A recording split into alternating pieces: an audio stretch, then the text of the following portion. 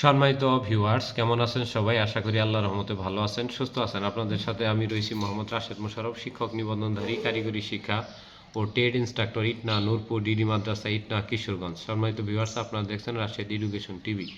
সম্মানিত ভিউয়ার্স, আজকের আলোচ্য বিষয় ষষ্ঠ গণবিজ্ঞপ্তি 2025-এ আবেদনকারী হবু শিক্ষকদের জন্য সুখবর। সম্মানিত ভিউয়ার্স, আপনারা সবাই জানেন যে ষষ্ঠ গণবিজ্ঞপ্তি 2025 কিংবা 2026-এর প্রথম অংশে অনুষ্ঠিত হতে পারে। বেশ কিছু কারণে এটি পিছাতে পারে, সেই বিষয়গুলো আমরা ধারাবাহিক আলোচনা করব। তবে আজকের যে বিষয়টি সেটি হলো যে যারা এই ষষ্ঠ গণবিজ্ঞপ্তিতে প্রতিষ্ঠানে যোগদান করবেন তারা মোটামুটি 10টি সুযোগ সুবিধা সাথে সাথে পেয়ে যাবেন, যেগুলো আমরা যে চৌদ্দ গণবিজ্ঞপ্তিতে যোগদান করে পাইনি।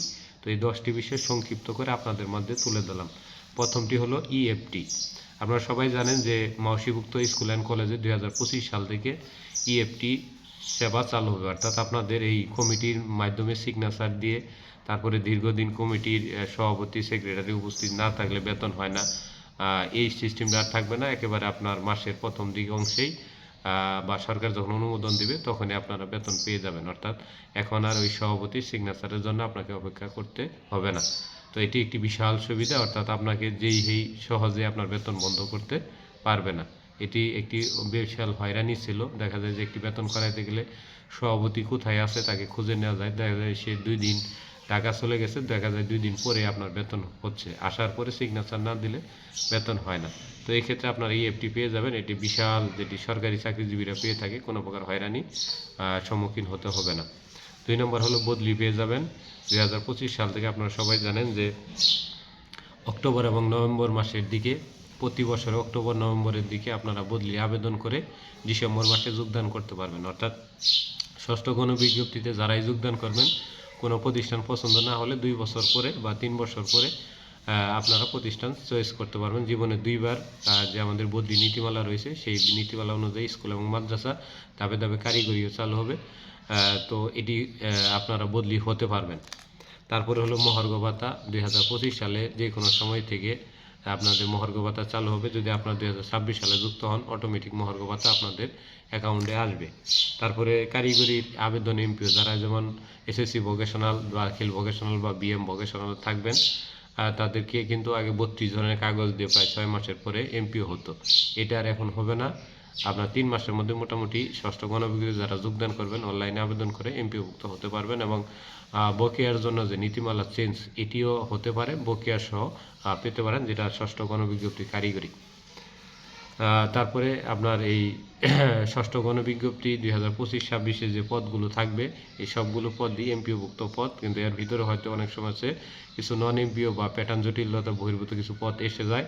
তো সেই ক্ষেত্রে আপনার যদি আসেও, তারপরেও আপনাকে ভুল পদে অতি দ্রুত আপনাকে প্রতিস্থাপন করা হবে। অর্থাৎ কোনো একটি নন এমপিও পদে যদি যোগদান করেন, অতি দ্রুত আপনাকে যেন নিয়োগ দিতে পারে, সেই লক্ষ্যে আপনারা এনটিআরসি কাজ করবে। তারপরে বলছে জাতীয়করণ। জাতীয়করণ অনেক প্রতিষ্ঠান, যেমন এই তত্ত্বাবধায়ক সরকারের যে সময়টা বা আমরা যে অন্তর্বর্তীকালীন যে সরকার, এই সরকার কিন্তু 26 সালের পরে থাকবে না। তো যে কোনো একটি নির্বাচিত সরকার যদি আসে, তখন তাদের যে অনুসারী, যেমন জিয়াউর রহমান যদি বা তার দলের কোনো প্রার্থীরা নির্বাচিত হয় বা সরকার গঠন করে, তাহলে তার নামের যে প্রতিষ্ঠানগুলো সেগুলো জাতীয়করণ করার চেষ্টা করবে। যেমন আমরা বিগত যে সরকারটি ছিল মাননীয় প্রধানমন্ত্রী শেখ হাসিনার অধীনে, যে বাংলাদেশ আওয়ামী লীগের যে একটি সরকার ছিল দীর্ঘ 16 বছরের মতো, তো সেই সময় আমরা দেখেছি প্রায় 700+ প্রতিষ্ঠান তার এবং তার পরিবারবর্গ এবং মুক্তিযোদ্ধার নামের প্রতিষ্ঠানগুলো জাতীয়করণ করা হয়েছে। তো সেক্ষেত্রে এবারও কিন্তু ব্যতিক্রম হবে না।